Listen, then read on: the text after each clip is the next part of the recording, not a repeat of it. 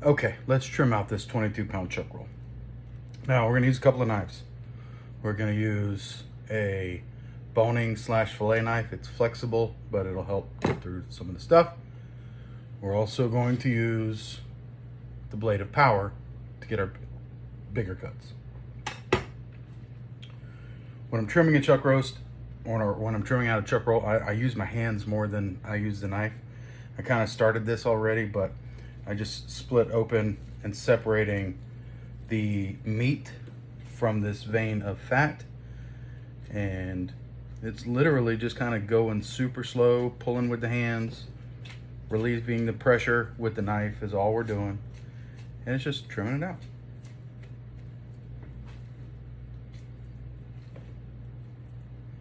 We're gonna roll out this whole piece, which will end up being the chuck eye that we're gonna take off of this whole thing. We'll cut out some steaks. Now, honestly, you can take this whole chuck roll and you can just cut it into big steaks or big roasts if you want. I'm gonna cut it into a couple of different pieces because that's just what I like to do. It gives us some different flavors, some different textures, some opportunity to do some cooking, some different styles, so we don't get totally bored with eating the same piece of meat. Hopefully that makes sense. Nice little piece of gristle there.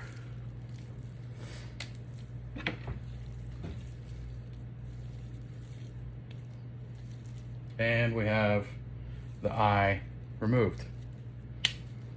This is the chuck eye, okay? I'm gonna put this to the side for just a minute and finish trimming some of this out. Now this section right here is gonna be the Denver. This section right here, this piece of muscle right here over the top it's similar to a flank steak, but it's called the Sierra steak. So we're gonna trim some of the silver skin off. We're gonna get to this thing.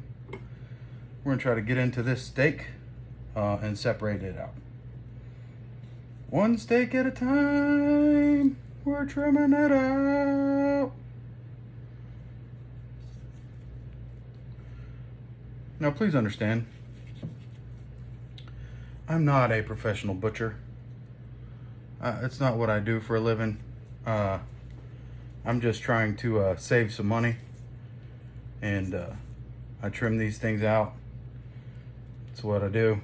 Once you start getting that silver skin trimmed out, you get it separated, there's a little muscle that's right here that you can separate.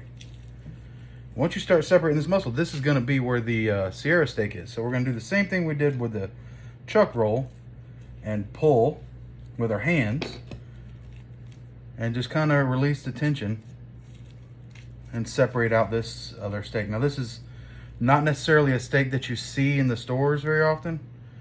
And again, I'm doing a lot more pulling with my hands than I am with the cutting. Just using the knife to when I get to a tight spot to release some of the tension.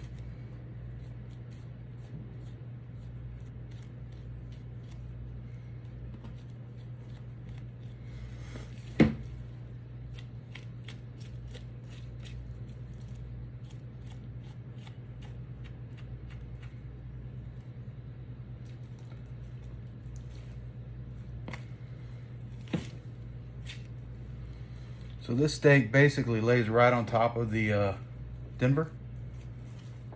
And it's a steak that's between the chuck eye and the Denver steak.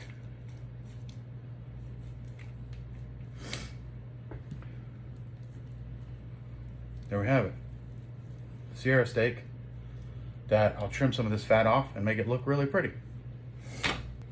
And now I'm just going to trim off a little bit more fat off of here so that I can see where my steaks are. Square that off through some fat. Even though this is technically part of the Denver, we're just trimming it off. We can trim a lot more of this off, but this is technically your Denver. So I will cut this into steaks. If they're too big, Denver steak gets kind of tough, so I don't really cut them much bigger than an inch, inch and a quarter.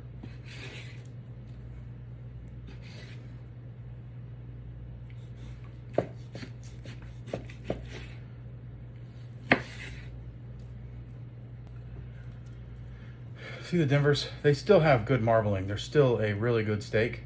You can still use that as a steak, but man. This last little bit of the end of the Denver, I will cut that up and it'll go into the grinder.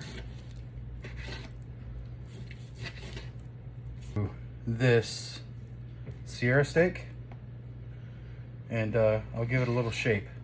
So we'll shape it up, make it look really nice.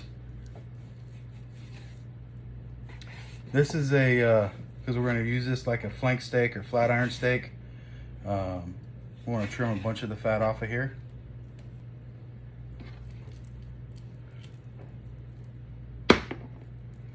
And we're just going to make it pretty.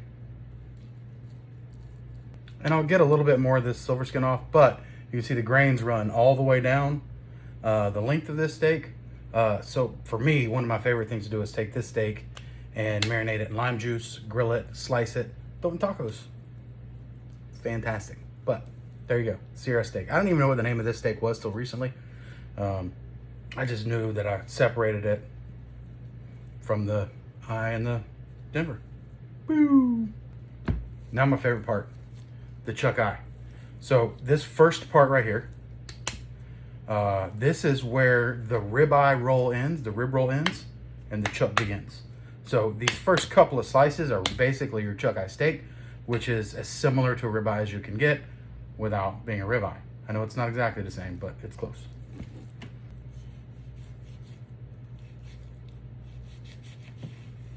And there we have it, chuck eye steak, cut right off the roll. This will, now I can continue cutting steaks out of this roll or cut it in a roast. I think I'm gonna do a little bit of both because I'm gonna crock pot a couple of these, but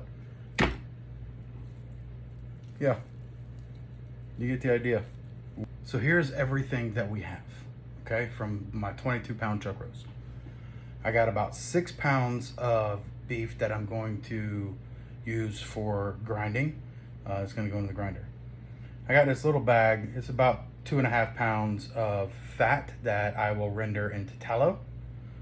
We got, of course, a couple of chuck eye steaks, some stew meat that I will package up and use for stew, saute, make whatever.